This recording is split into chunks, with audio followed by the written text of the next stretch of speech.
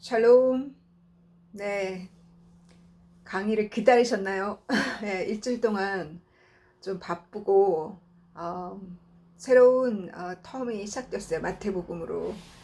그러면서 어, 너무나 긴장을 많이 해서 수요일날 강의 끝나고 이틀을 이틀 동안 제가 영적으로 많이 영적인 전쟁, 물론 승리했지만 영적인 전쟁을 마치고 이틀 동안 좀 넉다운 되었다가 다시 여러분과 함께 주님이 보여주신 것,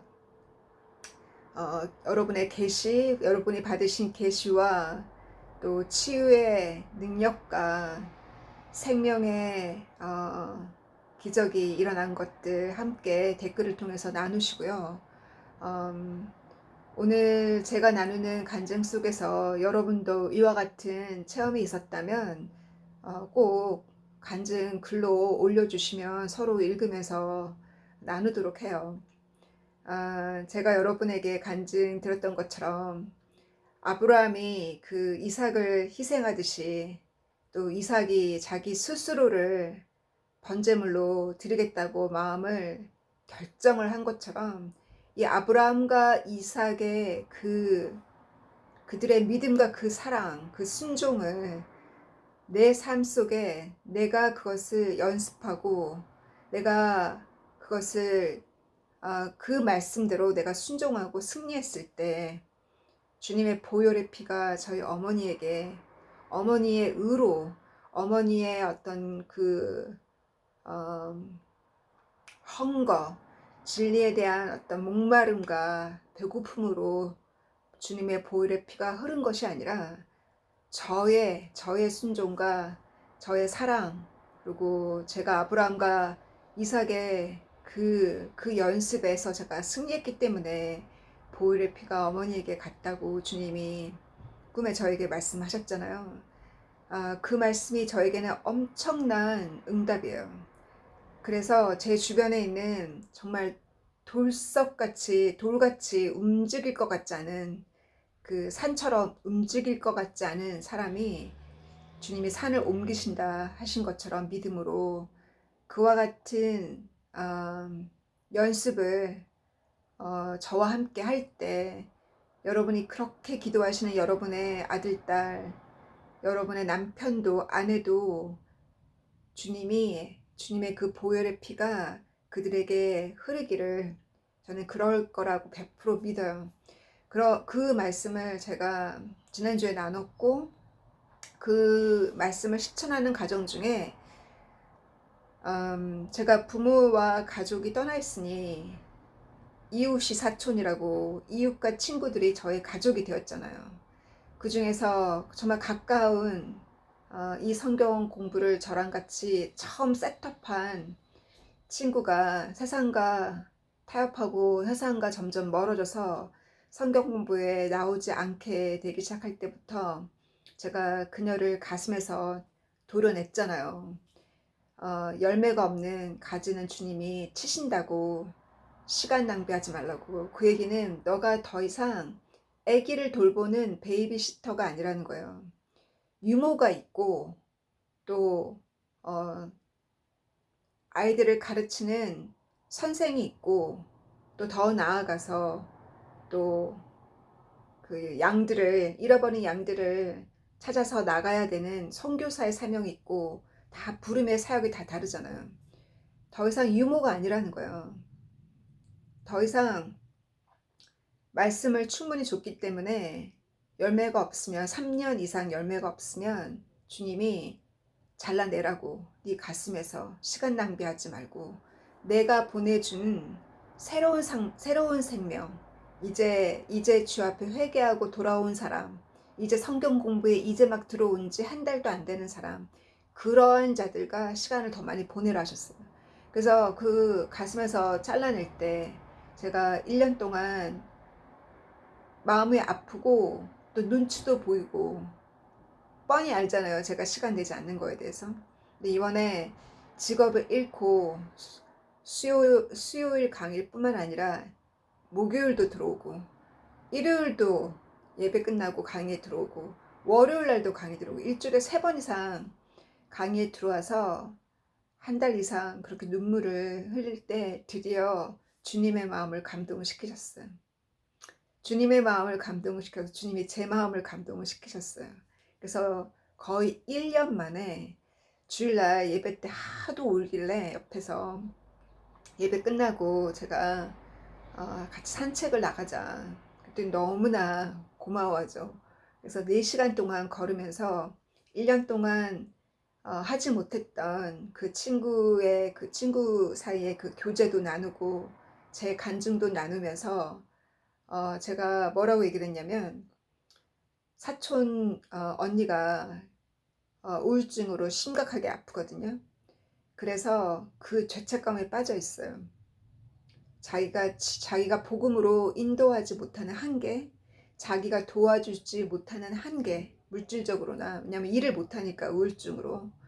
그래서 그 생활비도 없는 사촌 언니를 자기가 경제적으로 조금이라도 돕고 있다고 하더라고요. 그래서 제가 뭐라 했냐면 상처받지 말라고 이런 얘기하는 거에 대해서 여러분도 이건 어떤 개인을 향해서 제가 공격하는 게 아니에요. 주님이 저에게 보여주시는 묵시예요. 제가 직접 쫓아다니면서 그 우울증에 걸려있는 자들과 고독 가운데 있는 자들을 쫓아다니면서 제가 그들을 돕지 않으면 주님이 제 옆에 가까운 사람 중에 친척이나 가족 중에 그 사람이 아파요.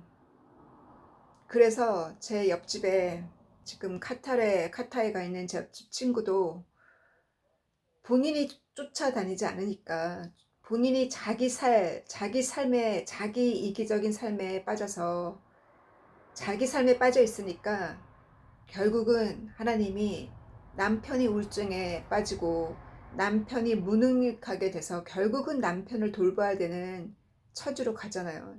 지금도 남편은 능력이 없으니 돈을 못 벌어오고 결국은 본인이 해외 나가서 2배, 3배 이상 벌어와야 되는 그런 환경에 처했고, 제가 그 얘기를 하면서 그것이 유일하게 너가 의를 쌓는 길이라고, 주님의 나라에 들어가는 것이 예수님의 이름을 믿는 그 하나만으로 들어가는 것이 아니라고, 주님이 주신 말씀대로 살아야 된다고. 말씀대로 살아야 그 좁은 길을 걸어야, 말씀대로 살면서 그 좁은 길로 믿음대로, 그 믿음으로 그 말씀대로 실천하면서 살 때 그 좁은 문으로 들어가는 거라고. 제가 그 얘기를 했을 때 해외로 카타르 가 있는 그 자매님이 이혼하겠다는 마음을 딱 접고, 이 이혼하겠다는 마음이 2번째거든.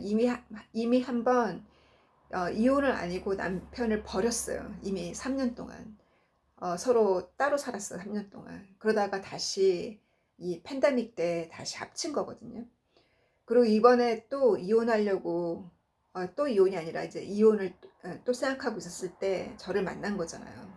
그래서 그 이혼에 대한 아예 생각이 머리에서 완전히 잘라졌어요. 저의 간증을 통해서, 말씀으로. 그것이 유일한 너가 할 수 있는 의고, 그것이 좁은 길을 걸어가는 너의 삶의 유일한 길이라고.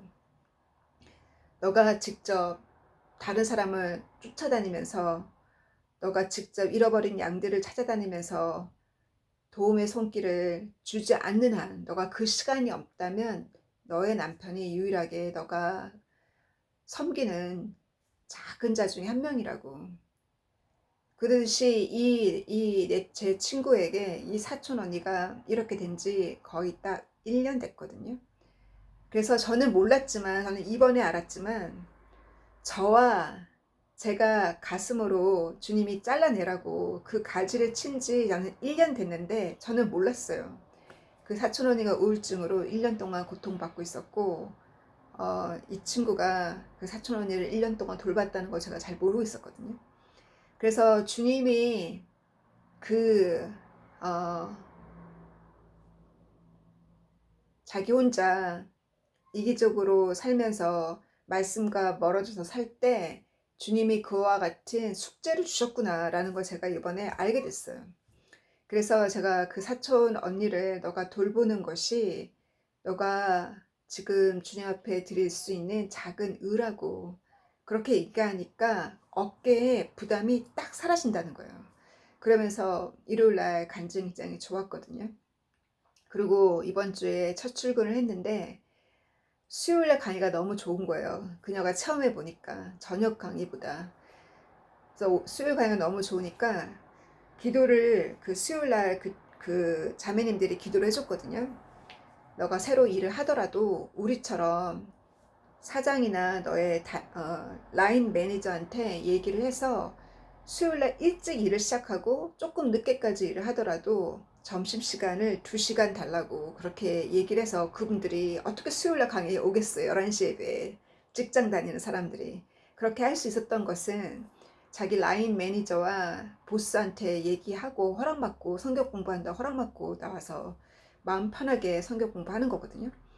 그랬더니 내 친구가 자기는 잘 모르겠다고 그렇게 할 수 있을지 지금 새로운 직업인데 그랬는데 이번 주에 수요일 날 문자가 왔어요. 얘기를 했는지 안 했는지는 제가 이제 일요일 날 들어봐야 알겠지만 회사로 출근을 해야 되는데 수요일 날은 집에서 일해도 된다라고 허락을 맡은 거예요. 그래서 수요일 날 강의를 올 수 있다고 지금 이렇게까지 답장이 왔거든요. 할렐루야. 주님께서 한 달 전에 그녀가 직업을 잃기 전에 이미 주님이 꿈에 보여주셨어요. 이거는 제가 처음으로 얘기하는 거거든요. 꿈에 완전히 빨개 벗고 나온 거예요. 창피하게 제 앞에서 팍 넘어지는 거예요. 제가 너무 창피해. 얘가 옷을 벗고 얘가 왜 이렇게 창피하게 이렇게 돌아다니나 싶어서 제가 몸으로 다 가렸어요, 그녀를. 사람들 보지 못하도록.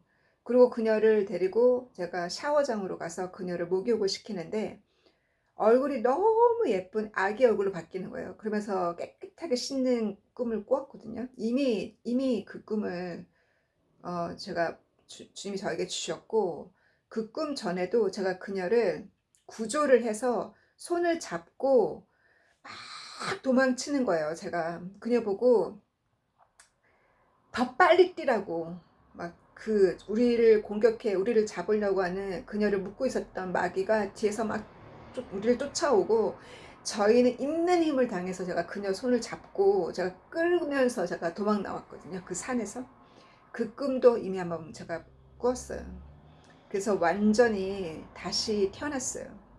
그 직업과 직업 사이에서 직업을 잃고 다시 출근하기까지 7월, 8월 거의 2달이었거든요.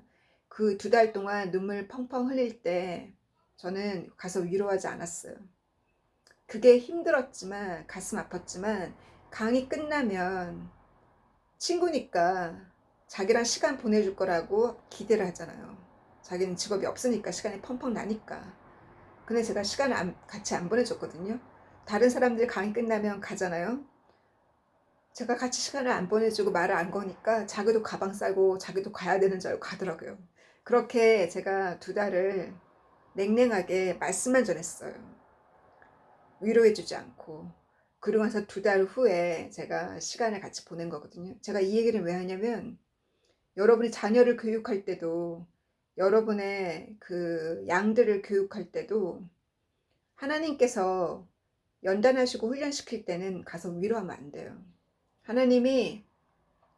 하나님께서 매를 드실 때는 그 매를 맞으면서 그 눈물을 충분히 흘리도록 해야 돼요. 눈물을 충분히 흘리지 않으면 또 잊어버려요. 그것이 우리 인간의 죄 아니겠어요? forgottenness. 잊어버리는 거. 내가 무엇을 주님께 받았는지, 어떤 취함을 받았는지를 잊어버리는 것이, 잊고 첫사랑을 잊어버리는 것이 우리의 성인된 크리스찬들의 죄잖아요. 첫사랑을 잃어버리는 죄. 바로 제자들이 지을 수 있는 죄잖아요. 우리가 지을 수 있는 죄. 그래서 충분히 2달 동안 저는 울게 내버려 뒀어요. 가슴이 아프고 제가 이렇게 웃게 얘기하는 거는 그녀가 회개했기 때문에 완전히 다시 태어났기 때문에 제가 이렇게 즐겁게 얘기할 수 있는 거예요. 그래서 이와 같은 일이 있었고 또 어저께 오늘 새벽에 제가 그 꿈을 꾸고 5시 반에 벌떡 일어나서 새벽에 기도를 했었거든요. 이번에는 다른 친구가 또 꿈에 완전히 빨개보고 나타났어요. 그래가지고 제 옷장을 열고서 무슨 옷을 입혀야 되는지 몸이 약간 건장하거든요. 그런데 꿈에서는 아주 말랐어요. 피부도 흑인인데 완전히 백인이에요. 굉장히 슬림하고. 그래서 어떻게 마르고 피부도 하얗고 영의 세계겠죠. 그래서 제가 이 갖고 있는 옷을 그녀에게 제가 주면서 입혔거든요. 그래서 그녀도 이 친구 따라 다시 태어나는 3년, 4년 동안 열매가 없는 친구들이 다시 태어나는 역사가 일어나기를 주님의 이름으로 기도합니다. 그래서 이번 주에는 제가 공부한 그 유대 1세기 주이시 역사학자가 쓴 책, 제가 지난 시간에 나눴던 것 중에는 그 유대 땅을 다스리는 통치자가 그 예수님이 태어났을 때 그 당시 첫 번째 헤롯 더 그레이시죠. 헤롯 더 그레이스는 동막 박사의 말을 듣고 베들레헴에 태어난 아기들을 다 죽였잖아요. 그게 헤롯 더 그레이시고 헤롯의 아들들이 있잖아요.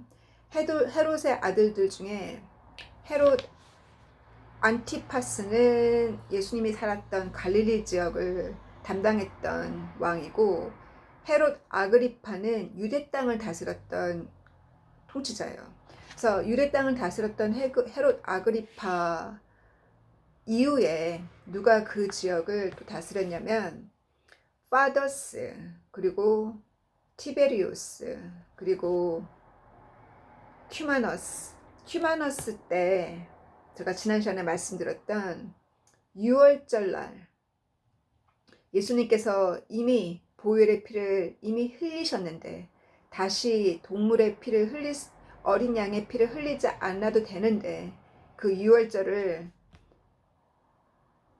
지키기 위해서 7일 동안 그 unleavened bread 무교병을 지냈던 그 3일째인가 4일째 때 그들이 로마 군인들이 쳐들어오는 줄, 로마 군인들이 자기들을 죽이려고 하는 줄 알고 도망가다가 2만 명이나 넘어져서 그 압박으로 넘어져서 사람들이 남자들이 2만 명이나 죽었던 재앙이 있었잖아요.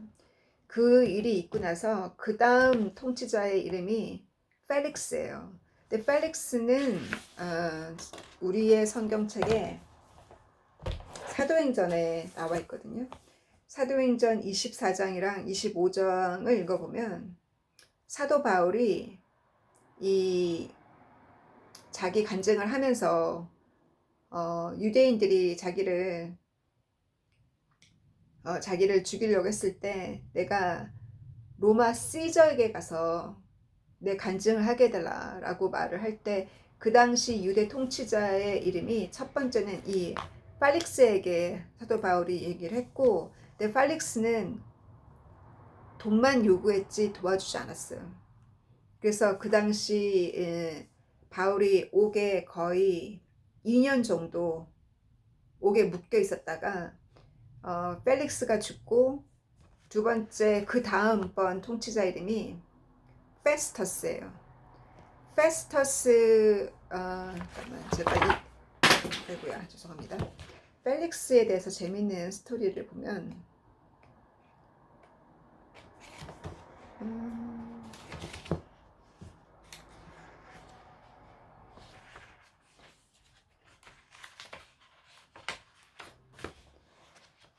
이 펠릭스가 누구에게 사랑에 빠졌냐면 자기 앞에 있었던 유대 통치자 이름이 아그리파 1세잖아요. 그 헤롯 왕의 아들. 아그리파 1세의 아들의 이름도 아그리파예요. 그래서 아그리파 2세.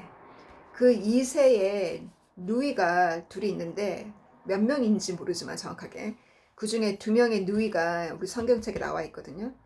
한 누이의 이름이 두루셀라고 또 다른 누이의 이름이 버니스예요.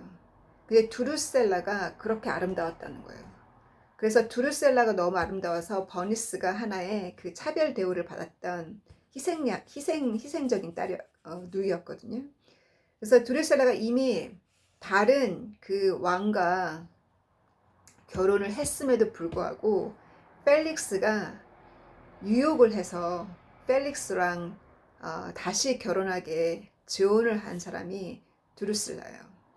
근데 이 드루슬라는 우리 성경에 보면은 유대인이라고 유대인으로 나중에 개종을 한 하나의 그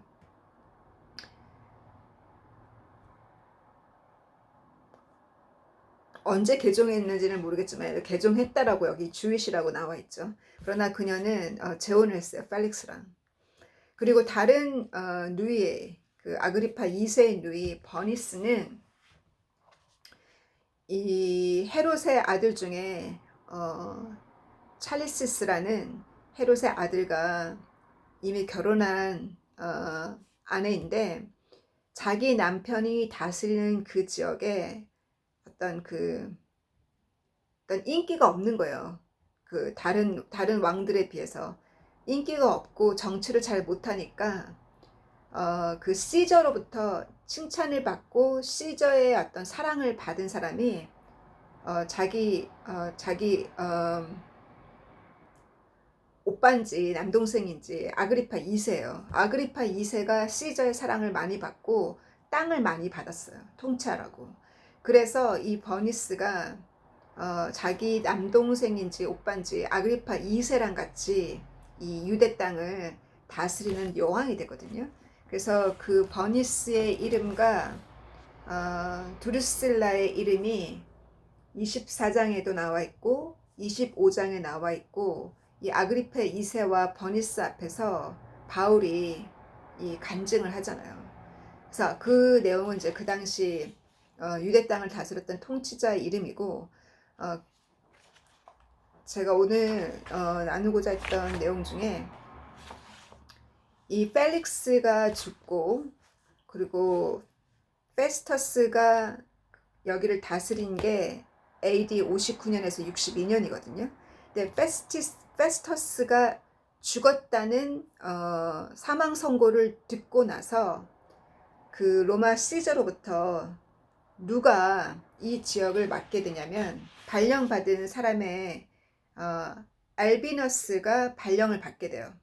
그래서 알비너스가 발령을 받고 유다 땅으로 이스라엘 유다 땅으로 오던 중에 어떤 일이 있었냐면 그 당시 누가 대제사장이었냐면 이때는 이미 로마의 그 통치자들이 이스라엘의 제사장들을 자기네들이 선정하는 이미 그 권세를 이미 갖고 있었어요. 그래서 누가 대제사장이 되냐면 대개 제가 사두개인이라고 말씀드렸죠. 사두개인들은 부활을 믿지 않고 죽음 후에 구원을 믿지 않는 정치인들이잖아요. 그래서 사두개인들이 임명을 받고 대제사장이 되었는데 이 당시 누가 새롭게 대제사장의 위치에 올라가냐면 아나너스 1세가 자리를 물려주고 자기 아들에게 물려주는데 그 아들의 이름도 아나너스예요. 아나너스 2세. 그래서 아나너스 2세가 대제사장으로 올라갔고 그리고 유다 땅을 다스리던 페스터스가 죽고 새로 발령받은 알비너스가 오던 중에 그 짧은 시간에 이 아나너스가 얼마나 악한 일을 했냐면 예수님의 그 이복 예수님의 그 요셉은 예수님의 친아버지가 아니잖아요. 예수님은 처녀 마리아에서 태어났으니 그래서 마리아의 아들 중에 제임스 야고보가 있잖아요. 예수님의 12제자 중에도 야고보가 있고 예수님의 형제 중에 야고보가 있어요. 이 야고보가 예루살렘의 첫 번째 목회자가 되잖아요. 근데 이 야고보를 상해드린 미팅을 불러 모아서 이 유다 땅을 다스리는 알비너스가 오기 전에 자기가 주권을 잡고 이 제임스를 사형시키자고 결정을 하고 제임스를 스테반처럼 돌로 쳐서 제임스를 죽였어요. 이 사건을 제가 다른 위키피디아로 들어가서 보니 그때 연수가 AD 62년이에요. 그래서 제가 느끼는 건 정말 예수님 당시뿐만 아니라 예수님 이후에도, 예수님이 승천하신 이후에도 로마인들이 그들이 악해서 예수님이 십자가에 피를 흘리신 것이 아니라 예수님이 3번이나 말씀하시고 예언하신 것처럼 종교인이었어요. 유대 종교인. 유대 종교인들, 대제사장과 율법을 가르치는 자들이 그들의 탐욕과 그들의 죄, 그들이 지은 탐욕과 욕심과 그들의 죄로 인해서 그들의 눈이 어두워지고, 죄가 아니면 왜 메시아를 못 알아보겠어요? 죄 때문에, 돈을 사랑하는 죄 때문에 메시아가 눈에 안 보이고 진리가 안 보이는 거잖아요. 그 탐욕 때문에 그 눈이 어두워져서 결국 예수님이 예언한 대로 예수님을 십자가에 피를 흘리게, 예수님을 팔고 예수님을 죽인 자는 그들의 손이라는 거예요. 그 피 묻은 손은 유대 종교인이지 로마 사람들이 아니라는 거예요. 그러하듯이 예수님 승천 이후에 예수님의 제자 스테판과 또 예수님의 제자 야고보와 예수님의 형제 마리아의 아들 제임스가 죽게 된 그 순교의 그 뒷배경을 보니 다 유대 종교인들이라는 거죠. 그래서 이 사건 이후로 이 상헤드린에 있었던 유대 지도자들이 시저에게 고발을 했어요. 뭐라고 고발하냐면, 우리 대제사장이 이 제임스를 돌로 쳐서 죽인 것은 자기의 권한 이상이라고. 여기를 다스리는 유대 지도자, 새롭게 임명받아 온 알비너스가 오기 전에 또 시저에게 물어보지도 않고 이 제임스를, 여기 보면 뭐라고 나와 있냐면 The Brother of Jesus라고 나와 있거든요. 이 사람은 크리스찬이 아니에요. 역사학자지. The brother of Jesus who was called Christ. 크라이스트라고 불리우는 예수의 형 제임스를 돌로 쳐서 죽였다고, 이 대제사장 아나너스 2세에 대한 기록이에요. 그래서 예수님 때나 예수님 이후 때나 제자들이나 동일하게 종교인들에 의해서 탐욕과, 여기 보면은 이 역사학자의 그 관점에서도 뭐라고 표현했냐면, 이 아나너스는 역사상 이렇게 탐욕과 부와 이 모든 것을 다 갖고 있는 사람이 이 사람밖에 없다고. 그리고 그 사람의 부와 탐욕 때문에 사람들의 돈까지 다 훔치고, 가난한 자의 돈까지 다 훔치고 주머니에 넣고 빼앗는 사람이고, 이 아나너스가 이렇게 행동하니까 그 밑에 있는, 아나너스가 대제사장이고 그 밑에 또 제사장들이 있잖아요. 그 제사장들도 아나너스처럼 똑같이 그렇게 했다는 거예요. 뭐라고 나와 있냐면, 제사장들이 성전으로 가져온 11조까지 훔쳤다고 나와 있어요. 성전에 가져오는 11조를 훔치니 그 11조는 돈만 있는 것이 아니라 고기며 양식들을 갖고 오잖아요. 10의 하나를. 그 양식들을 제사장들이 다 훔치니 과거에 성전을 지키고 성전을, 하나님을 섬기던 자들이 나이 들어서 노후 대책이 없는 거예요. 그렇죠. 그 11조가 성전으로 가져오는 11조를, 그것을 받았던 월급으로 받았던 사람들이 레위 지파잖아요. 그들이 프리스트 라인이잖아요. 그래서 그 나이들은 프리스트들이 먹을 양식이 없어서 굶어 죽었다고 기록되어 있어요. 그래서 정말 그들의 탐욕, 과거나 지금이나 마찬가지로 정말 우리가 섬기는 교회나 우리가 모시는 목회자님이나 우리가 모시는 분들이 결단코 탐욕으로 결단코 부에 빠져 있는 자들을 섬겨서는 안 되겠어요. 같은 죄를 지어서는 안 되겠어요. 그래서 저는 왜 주님이 이 가난한 건물은 큰데 정말 성도들이 없고 예배 인원이 20-30명밖에 없는 할머니 할아버지들만 앉아있는 교회로 나를 왜 보냈을까 생각해 보면은 참 주님의 뜻이에요. 가난한 교회니까 제가 가져오는 그 11조가 그렇게 컸나 봐요.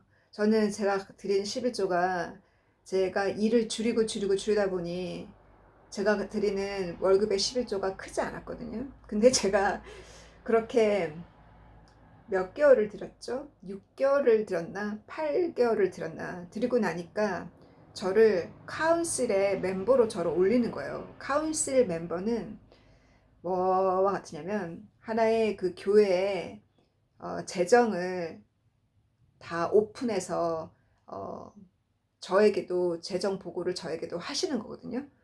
제가 장로도 아니고 권사도 아님에도 불구하고. 그래서 제가 그 카운실 멤버에 들어가 보니 예배에 이 교회에 등록되어 있는 성도 수는 80명 정도고 예배를 출석하시는 분들은 한 20-30명 예배를 출석하시는데 그 카운실 멤버는 제가 딱 들어갔을 때 제가 12번째였나?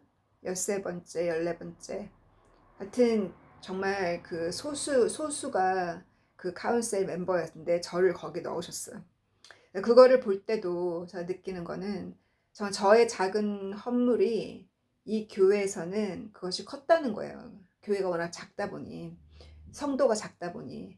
그래서 정말 가난한 교회를 섬기고 가난한 목회자들을 섬기는 것이 주님이 기뻐하는 일이고, 제가 수요일날 영적인 전쟁이 있을 때 제가 뭐라고 강의 중에 영적인 전쟁이 있을 때 제가 뭐라고 간증했냐면, 제 꿈에 여기 앉아 계시는 목사님을 저에게 주님이 3번 보여주지 않았더라면 내가 1년 동안 이 강의를 창세기를 마치기까지 이 강의를 끌어오는 이 자체가 영적인 전쟁이었고 중간에 여러 번 포기할 뻔했었다고. 근데 주님께서 꿈에 이 목사님을 믿고 내가 너에게 보냈으니 믿고 같이 일하라고 3번 보여주셨거든요. 건물이 아주 커요. 건물을 크게 지으셨어요. 그런데 그 안에는 텅텅 비어 있는 거예요. 주님께서 뭐랬냐면 목사님이 꿈에 저에게 내가 건물을 지었으니 네가 자리를 다 채워라 그러시더라고요. 그게 3번째 꿈이었거든요. 그래서 그런 꿈을 제가 그 강의 중에 나눴어요. 그러니까 목사님이 강의 중에 얼굴이 빨개지더라고요. 그래서 제가 그 얘기를 왜 했냐면 마리아도 요셉도 마리아가 잉태했을 때 얼마나 창피했겠어요. 약혼만 했는데 그거를 덮어주고 살짝 도망가려고 했잖아요. 요셉이. 근데 천사가 꿈에 나타나서 두려워하지 말고 마리아를 너의 아내로 삼으라고 성녀로 잉태한 거라고 했을 때 그거를 믿을 수 있었던 요셉, 그 믿음. 그리고 메리 또한 가브리엘이 나타나서 2가지 징조를, 가브리엘이 나타났고 또 2번째 징조는 너의 사촌 누이도 이미 아이를 가질 수 있는 때가 지났음에도 불구하고 마치 사라가 임신한 것처럼 임신했다고. 그것이 하나의 그 징조로 보여주셨잖아요. 그 징조로 또 한 번 확정을 해주셨잖아요. 그래서 메리가 믿을 수 있었던 것처럼 이와 같이 주님이 저도 돌멩이를 이렇게 확인해보고 증검다리를 건너듯이 저도 이 교회를 이렇게 확인해보고 목사님도 확인해보고 제가 섬기게 되는 거거든요. 주님께서 보여주지 않았더라면 중간에 많은 핍박이 있었기 때문에 저도 그만둘 수 있었어요. 주님께서 여러분에게 보여주시는 많은 징조와 또 꿈과 또 그럼 주님의 음성과 묵시를 통해서 여러분이 가시는 그 길이 맞는 길인지 시간 낭비가 되지 않도록 제가 어떻게 이거를 표현했냐면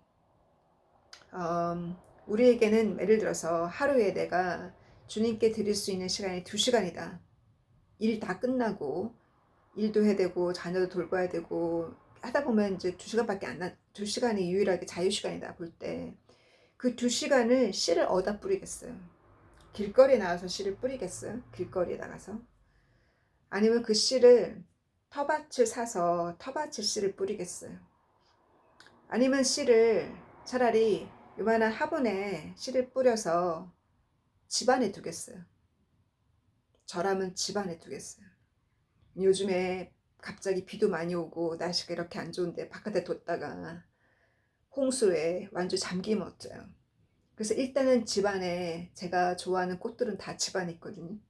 제가 좋아하는 꽃들은, 그리고 제가 좋아하는 허브들, 그런 그래서 절대로 바깥에 비가 오고 아무리 날씨가 어찌 돼도 내 안에 내 집안에 있는 화분들은 다 싱싱해요.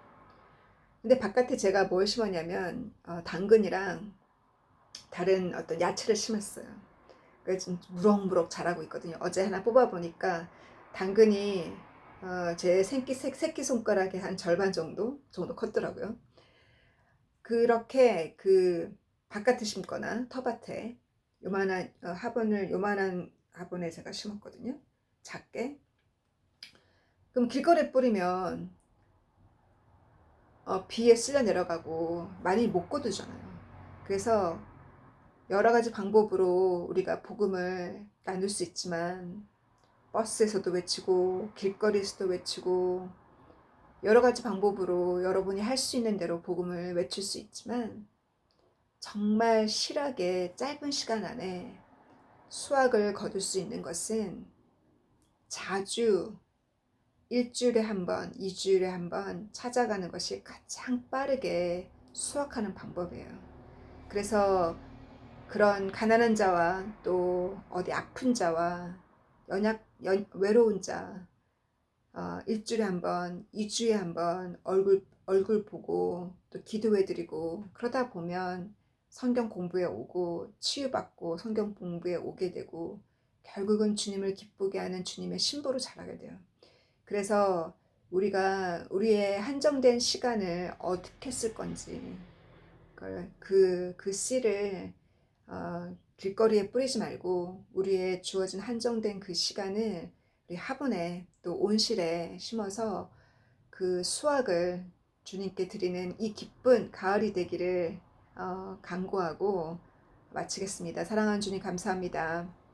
주님께서 우리에게 이와 같은 묵시와 계시로 개인도 보여주시고 또 민족도 보여주시고 전 세계에 일어날 팬데믹도 보여주시고 주님이 곧 오시는 그 장면도 여러 번 보여주시고 주님께서 이렇게 묵시와 계시가 아니고서 우리가 때로는 시간 낭비하고 잘못된 길로 가지 않겠습니까? 주님께서 주님의 부르신 주님의 자녀들 저를 비롯해서 늘 방향을 잡아주시고 우리의 시간을 낭비하지 아니하고 주의 말씀을 묵상하고 그 말씀들을 읽을 때 주님께서 그 깊이와 넓이를 더하여 주시기를 주님 간절히 간구합니다. 그래서 우리 사랑하는 자들이 우리가 때로는 주님께서 매를 드시고 감옥에 넣으시고 때로는 주님께서 감옥문을 열어서 축복하시고 주께서 때를 따라서 그들을 이렇게 한 사람 한 사람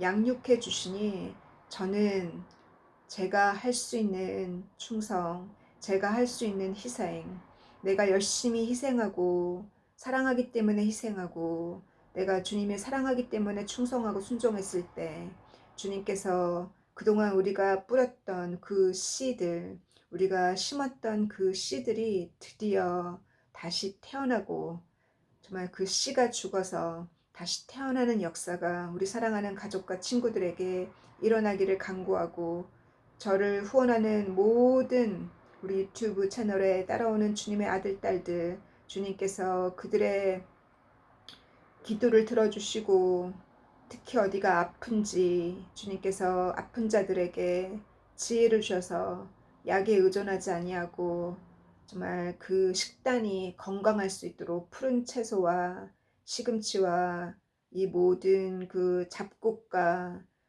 모든 알칼리 음식을 충분히 섭취함으로 몸에 독을 다 씻어내리는 지혜를 주시고, 주님께서 치유하셨듯이 주님께서 치유의 역사가 그들에게 일어나기를 주님 간구합니다.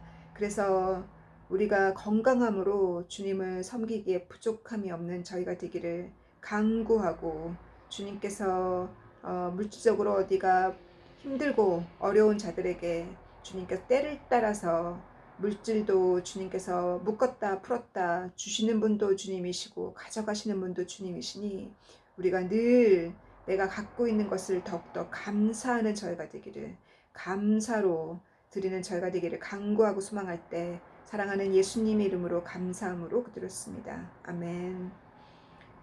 아멘. God bless you. See you tomorrow. Bye.